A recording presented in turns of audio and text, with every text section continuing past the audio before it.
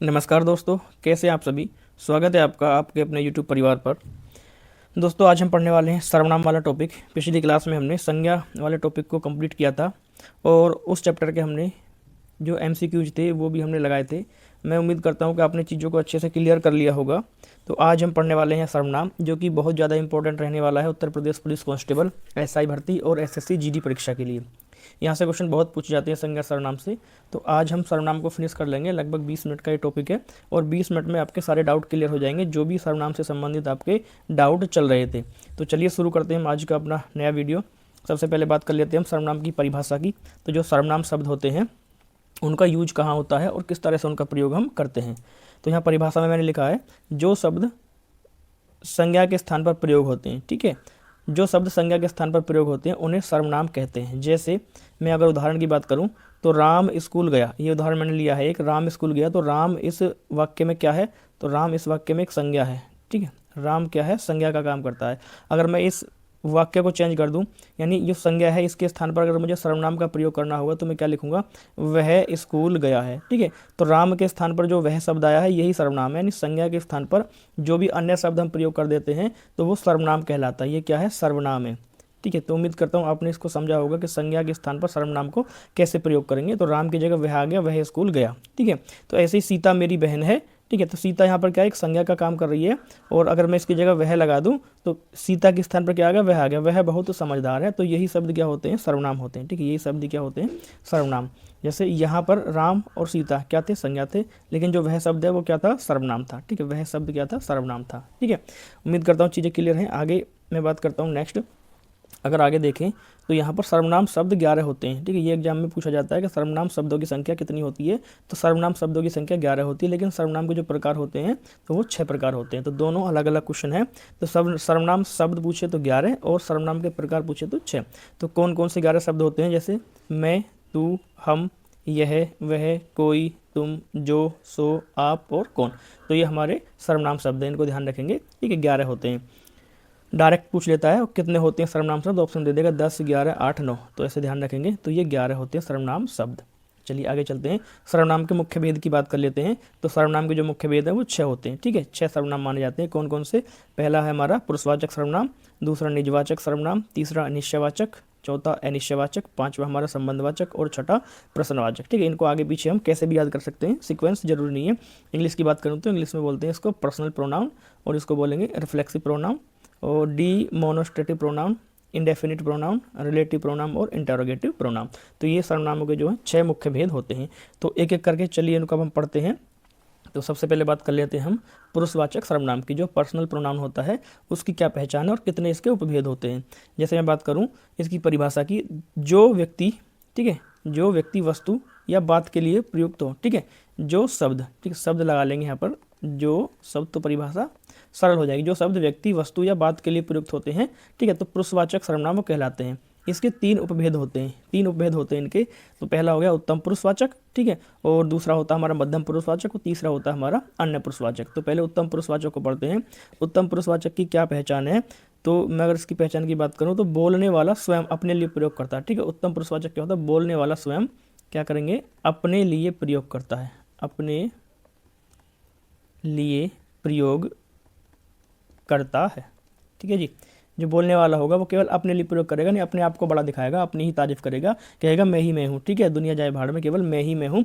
तो वो होता हमारा उत्तम पुरुषवाचक। इसमें शब्द प्रयोग होते हैं मेनली, इसमें मैं और हम शब्द प्रयोग होते हैं। ठीक है, मैं और हम, अगर पूछे उत्तम पुरुषवाचक सर्वनाम के जो है कौन कौन से शब्द है, तो मैं और हम, तो मैं और हम ही दोनों इसमें प्रयोग होंगे। लेकिन मैं और है से बने हुए बाकी अन्य शब्द भी आ जाते हैं। जैसे देखो, मैं से मुझे हो गया, ठीक है, मेरा हो गया, हमारा हो गया, हमारा की जगह हमको भी आ सकता है, हमको, हमको, हमें आ सकता है, हमें। ठीक है, तो ये ध्यान रखेंगे, मैं और है से बने हुए शब्द जो है उत्तम पुरुषवाचक में आ सकते हैं। जैसे मेरा हो गया, मुझे हो गया, ठीक है, तो मैं हो गया, तो मैं और है से बने हुए शब्द इसमें आते हैं। तो ध्यान रखेंगे, मैं और हम ही नहीं, है और मैं से बने हुए अन्य शब्द भी इसमें प्रयोग किए जाते हैं। तो उत्तम पुरुषवाचक हो गया। अगर मैं उदाहरण की बात करता हूँ इसका, तो इसका उदाहरण हो जाएगा मैं पढ़ रहा हूँ और हम भारतवासी हैं। ठीक है, मैं पढ़ रहा हूँ और हम भारतवासी हैं।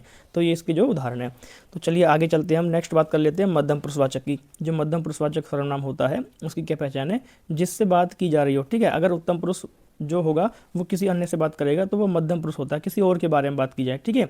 तो मध्यम पुरुष में क्या होता है, किसी और के बारे में बात की जाती है, जिससे बात की जा रही हो, ठीक है भाई, जिससे बात की जा रही हो तो वो हमारा मध्यम पुरुष होता है। जैसे तू, तुम, आप, तुम्हारा, तो ये शब्द इसमें जो आते हैं ये इसकी पहचान है। मध्यम पुरुष में तू, तुम, आप और तुम्हारा शब्द जो है इसमें आएंगे मध्यम पुरुषवाचक में। ये पूछा जाता है, ठीक है, ऐसे दे देगा जो ये तुम शब्द है, ठीक है, तुम शब्द में सर्वनाम की पहचान करो, तो कौन सा सर्वनाम हो जाएगा इसमें, इसमें सर्वनाम हो जाएगा, ठीक है, मध्यम पुरुष सर्वनाम, ठीक है, मध्यम पुरुष सर्वनाम यानी पुरुषवाचक में कौन सा, मध्यम पुरुष। ऐसे भी इसके भेदों से क्वेश्चन पूछा जाता है। अगर मैं इसके उदाहरण की बात करता हूँ तो उदाहरण में जाएगा तुम कहाँ जा रहे हो, ठीक है, तुम कहाँ जा रहे हो, और एक आ जाएगा आप महान हैं, ठीक है, आप महान हैं। तो ये शब्द भी जो है इसमें प्रयोग होते हैं। तो इसके ये उदाहरण है। तो उम्मीद करता हूँ चीज़ें एकदम से क्लियर हो रही होंगी। आगे अगर मैं बात करता हूँ अन्य पुरुषवाचक सर्वनाम की, तो अन्य पुरुषवाचक जो सर्वनाम होगा जिसके बारे में बात हो रही हो, यानी ये दोनों लोग मिलकर, प्रथम पुरुषवाचक और मध्यम पुरुषवाचक मिलकर जब बात करते हैं तो किसी तीसरे पुरुष के बारे में बात करेंगे। आपने देखा होगा जब दो लोग एक साथ बात करते हैं तो किसी अन्य के विषय में बात कर रहे होते हैं, ठीक है। तो ये जिसके बारे में बात हो रही हो, ठीक है, अन्य पुरुष के बारे में बात करेंगे तो इसमें आ जाएंगे वह, वे, यह, ये, उसे और उनका। तो इसमें ये शब्द आते हैं, ठीक है भाई। तो इसमें जो है ये शब्द आते हैं। तो यहाँ थोड़ा सा कन्फ्यूजन ये हो सकता है कि ये वाला जो वह शब्द है, ठीक है, और यह शब्द है, ठीक है, ये शब्द जो हमारे निश्चयवाचक सर्वनाम में भी प्रयोग होते हैं, ठीक है, निश्चयवाचक सर्वनाम में भी प्रयोग होते हैं। तो जहाँ ये निश्चित चीज़ के बारे में बताएं तो वह निश्चयवाचक हो जाएगा, ठीक है, वरना ये हमारे अन्य पुरुषवाचक में प्रयोग होते हैं। ये ध्यान रखेंगे। आगे हम इनको एग्जाम्पल से समझेंगे बड़े अच्छे से, ठीक है। तो आगे बात कर लेते हैं उदाहरण की। वह मेरा मित्र है और वे शिक्षक हैं, वह मेरा मित्र है और वे शिक्षक हैं। तो उम्मीद करता हूँ एकदम अच्छे से आपने क्लियर कर लिया होगा हमारा पुरुषवाचक सर्वनाम को। तो अगर मैं इसकी ट्रिक की बात करूँ तो ट्रिक में मैंने इसमें बनाया है मैं और हम होंगे उत्तम, ठीक है, यानी मैं और हम उत्तम, ठीक है, मैं और मेरा परिवार, तो परिवार को मान लीजिए हम करके रिप्रेजेंट कर रहा है कोई, तो मैं और हम उत्तम, और उसके बाद तू, तुम, आप मध्यम हो गए, ठीक है भाई, तू और तुम और आप जो है मध्यम है, बाकी सब अन्य ही अन्य है, ठीक है, बाकी सब अन्य हैं। तो इनके बाद जो बचे यह, वह, वे, ठीक है, तो सब क्या है, अन्य पुरुषवाचक में आते हैं। तो इस ट्रिक से इसको याद भी रख सकते हैं। आगे बात कर लेते हैं हम अपने दूसरे प्रकार की।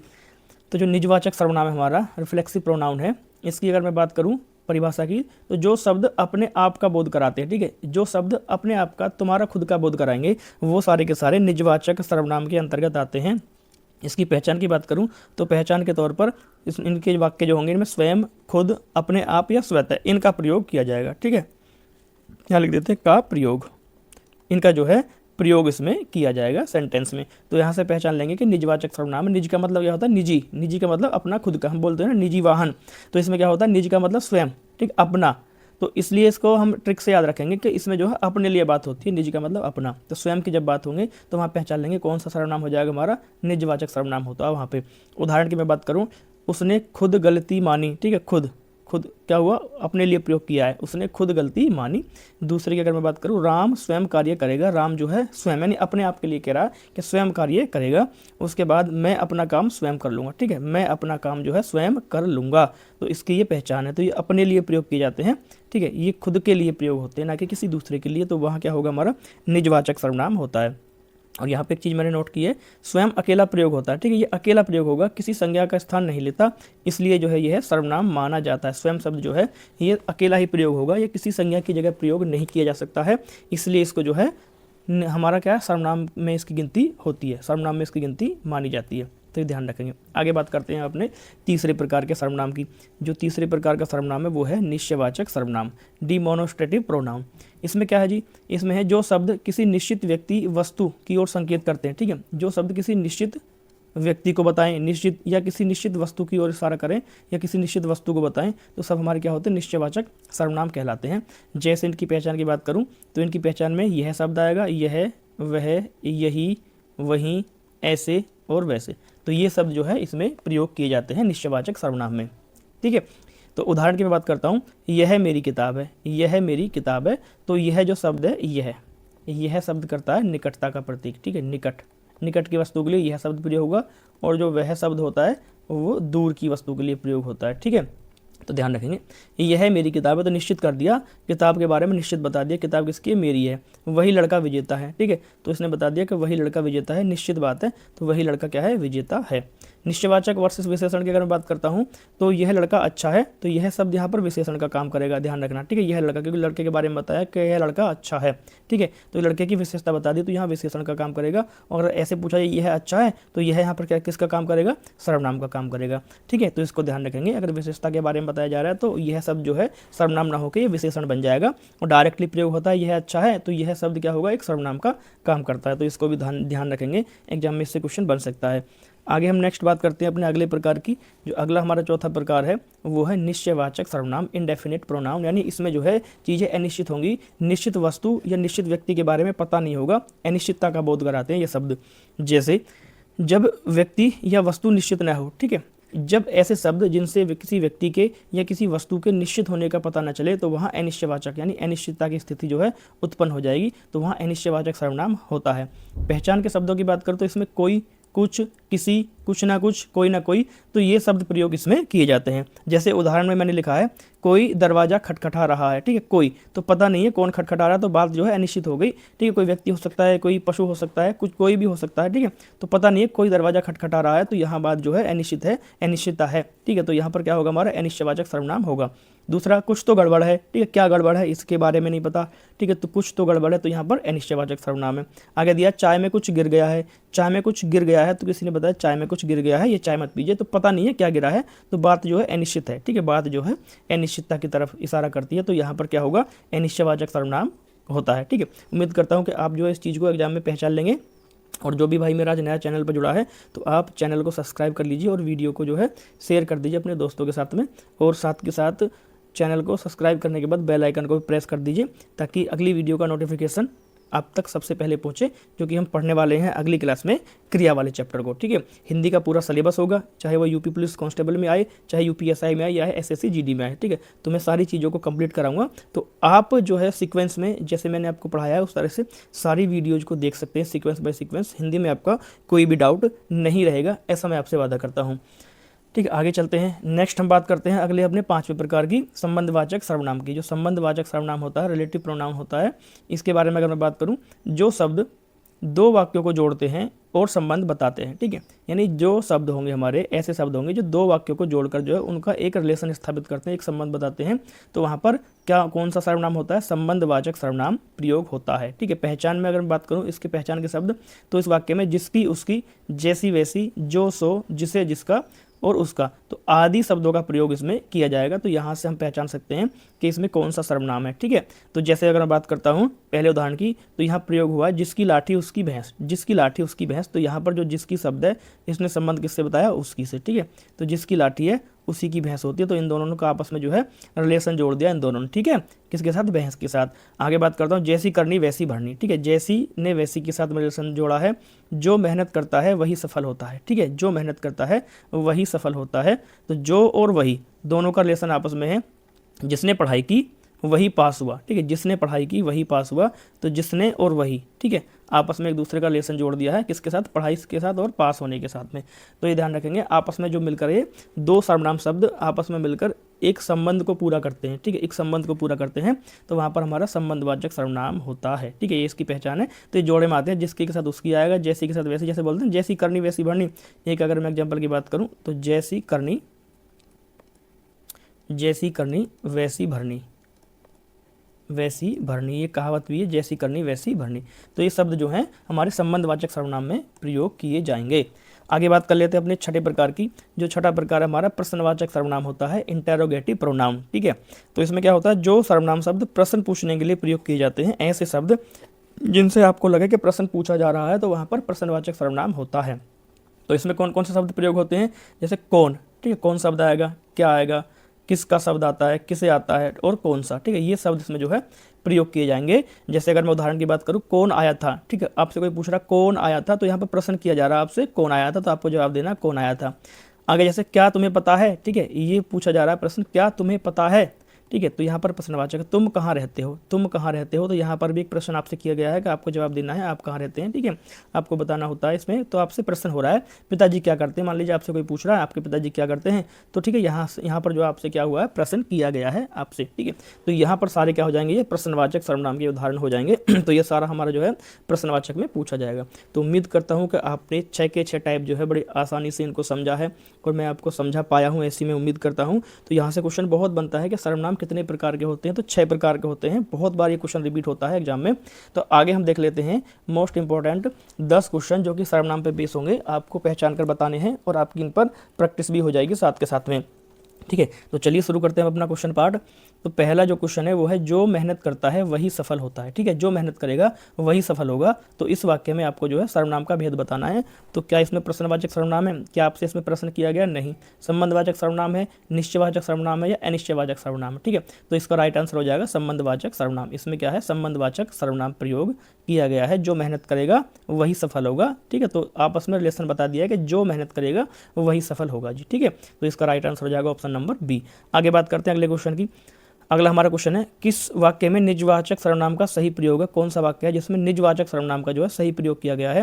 राम ने अपना काम किया, राम स्वयं कार्य करेगा, वह अपना कार्य करेगा, यह उसका निर्णय है, ठीक है। तो इसका राइट आंसर हो जाएगा, निजवाचक सर्वनाम में क्या होता है, अपने लिए बात की जाती है। तो इसका राइट आंसर हो जाएगा ऑप्शन नंबर बी, ठीक है।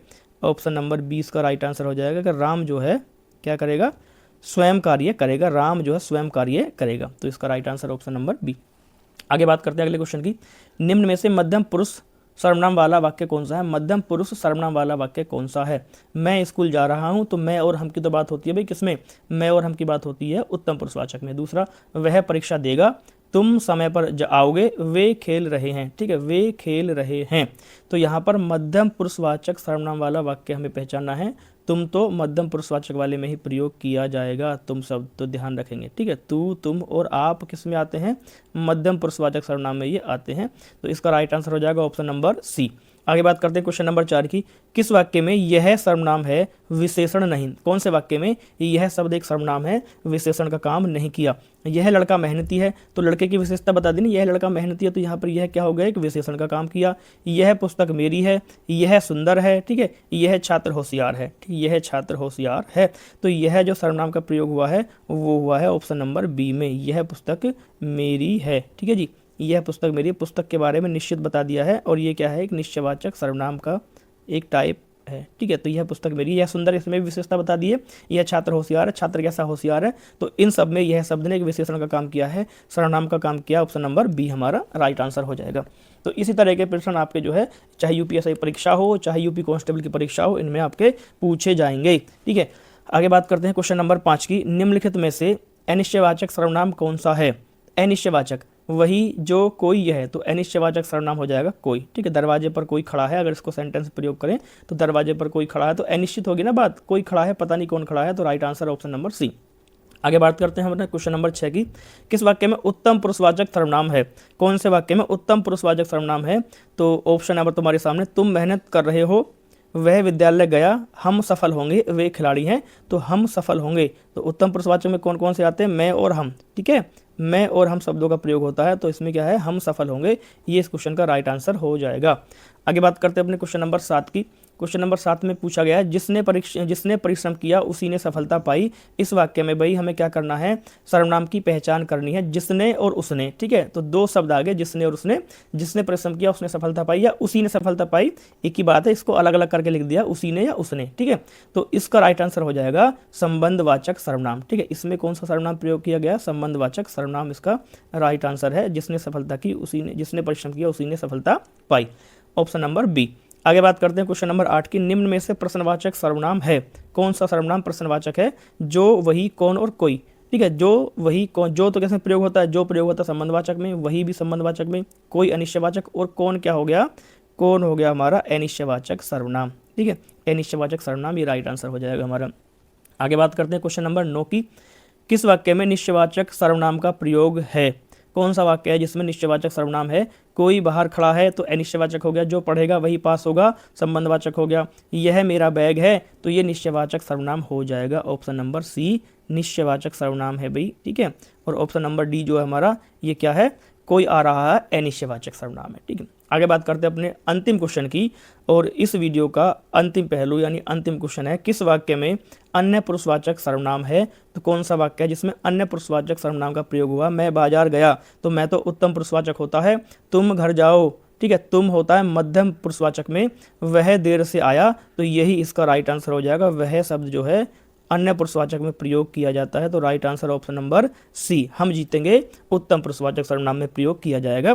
तो आप बताएंगे कमेंट करके आपको आज का वीडियो कैसा लगा, और मिलते हैं नेक्स्ट वीडियो में। तब तक के लिए आपका शुक्रिया और आपको बहुत बहुत धन्यवाद।